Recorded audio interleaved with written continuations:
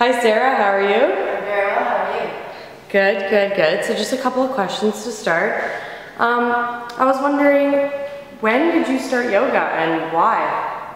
It would have been about almost 5 years ago.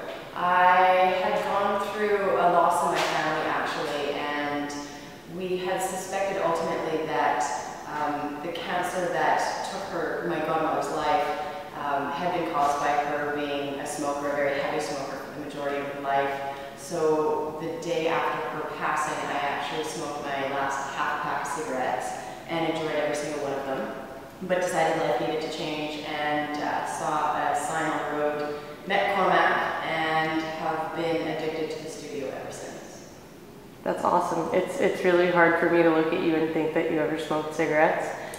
I get that very often. I was going to ask you what's your favorite pose, but it's seeming that favorite pose is a really hard question. So favorite 3 poses and why? I will take one of those and say inversions, arm balances, I love. I love the challenge that my arms and my upper body take when I go into an arm balance. I've always been very flexible in the body, and so it's kind of nice to be able to find a challenge in poses that actually challenge my mind as well, because it's hard for me to accept that I can't necessarily do all the poses. Other than that, I would have to say my meditation part of my practice is probably one of my favorite, because it allows me to get to a deeper level past the physical exercise of the practice. And third, I'm going to go with arm balances again. I love them. Perfect.